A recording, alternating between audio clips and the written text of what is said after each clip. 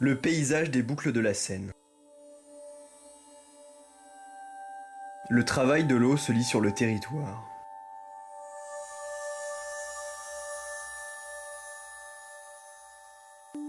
Les boucles de la Seine sont le résultat d'un phénomène géologique et hydraulique. Suivant la plus forte pente, l'eau a creusé cet ancien plateau sédimentaire jusqu'à la mer.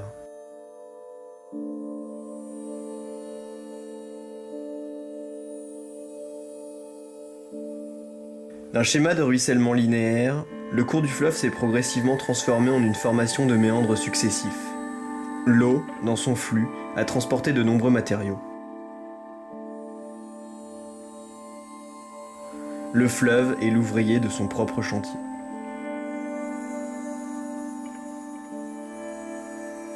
Au niveau des rives concaves, là où la vitesse du courant est la plus forte, un phénomène d'érosion emporte au fil des années la roche, formant les falaises de craie et de silex.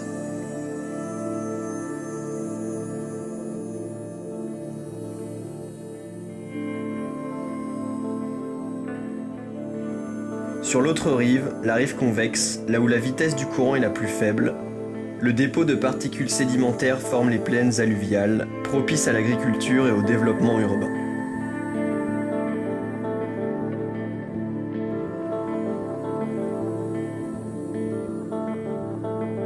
Bien que n'étant pas unique, cette topographie est tout à fait marquante car elle détermine. C'est le paramètre de base, la trame originelle et fondamentale, indispensable à la compréhension des différentes strates du territoire.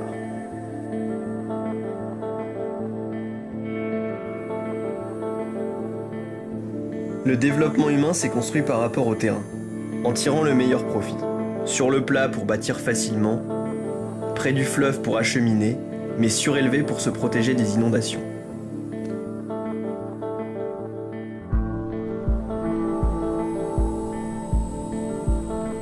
La topographie devient alors une limite lorsqu'il faut bâtir, car elle garantit naturellement la pérennité et la stabilité des édifices face à l'eau. Cette ligne, que l'on pourrait penser fictive, ne l'est pas. Celle-ci n'existe pas seulement sur le plan, c'est aussi sur le terrain un talus, constitué par les crues successives et qui lui donne le nom de bourrelet alluvial. La qualité du sol, terrain plat d'une grande fertilité, justifie l'usage agricole au niveau des plaines alluviales. Le découpage des différentes parcelles nous en fait comprendre l'usage. Historiquement, les plaines alluviales de la forêt domaniale de Roumare ont toujours tenu le rôle du garde-manger, du grenier de Rouen. Ce territoire a une morphologie particulière. Ces parcelles sont découpées perpendiculairement à la Seine. Leurs formes sont induites par le sens de la pente qui simplifie l'écoulement de l'eau, l'accès au terrain et l'exploitation de ces derniers. Certaines de ces parcelles agricoles prennent la forme de lanières très fines tout en longueur. Il s'agit du résultat des divisions et des redivisions ayant eu lieu au XVIIe et XVIIIe siècle lors des successions familiales.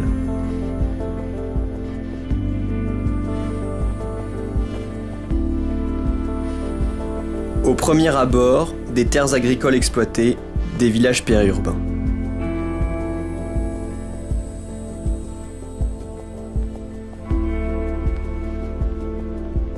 Néanmoins, on perçoit un caractère sensible propre au site. Le travail de la Seine qui a lissé le terrain, l'humidité du sol et de l'air, les espèces végétales de bord de Seine, l'alignement de la végétation et le tracé des fossés dessinant le parcellaire, les falaises au loin qui signalent la présence du fleuve.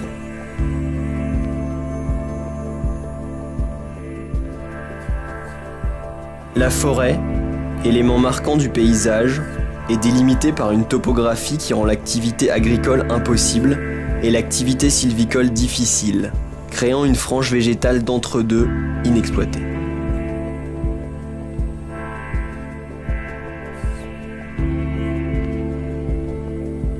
Sur les plaines alluviales de la boucle de Rouen, le terrain a été exploité d'une toute autre manière.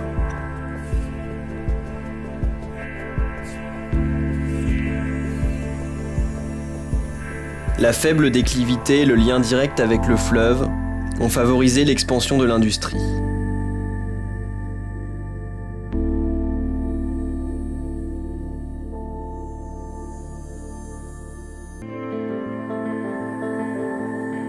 La zone industrielle se présente comme une nappe sur laquelle se dressent cheminées, hangars, silos et autres engins.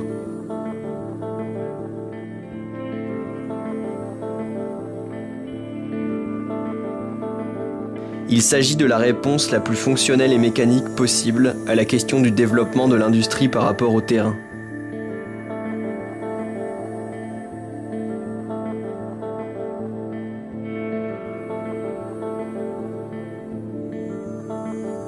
Par endroits, le relief est creusé, découpé, créant des bassins et darses portuaires.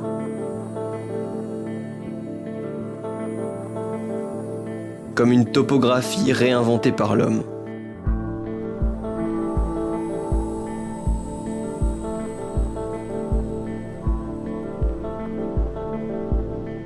D'un côté la zone industrielle, de l'autre les zones pavillonnaires. Les chemins de fer scindent le territoire de cette boucle, repoussant la ville qui ne peut s'étendre qu'à l'intérieur des terres.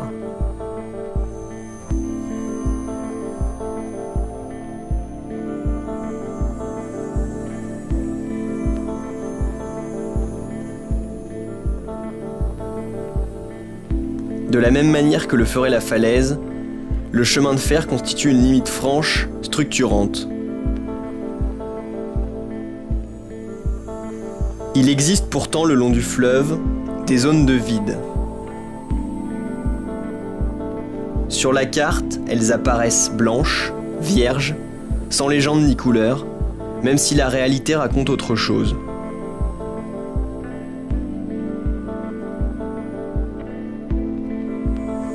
Ce sont des zones de friche, de stockage, de docks.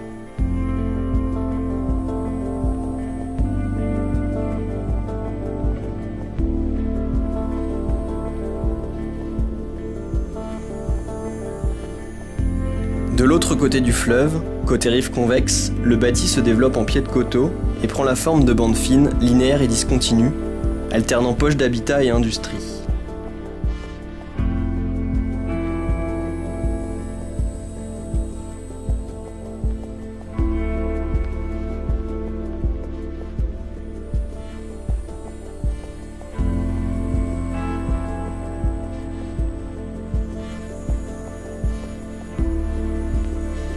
Les petits villages ont pu se développer en épaisseur, exploitant les creux naturels de la falaise, les cavés, profitant de la vue en hauteur et d'une certaine intimité.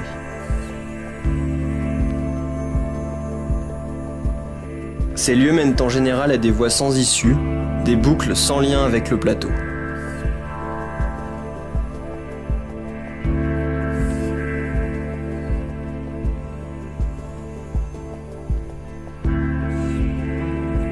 Entre la falaise et les industries, deux échelles monumentales s'opposent. La première naturelle, la seconde résultante de l'activité humaine. Il n'y a pas de dialogue entre ces deux entités, seulement une forme de brutalité, un rapport de force.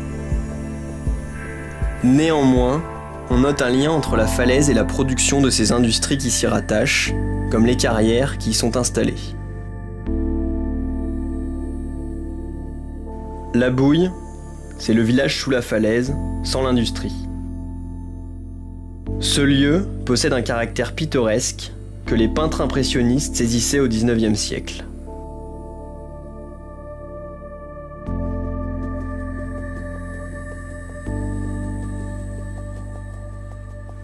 On redécouvre la falaise, la lisibilité de ses lignes, de sa matérialité.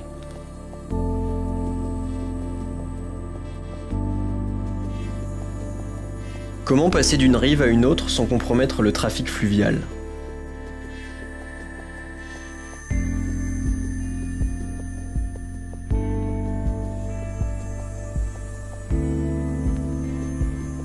Emprunter le bac, c'est un autre mode de franchissement.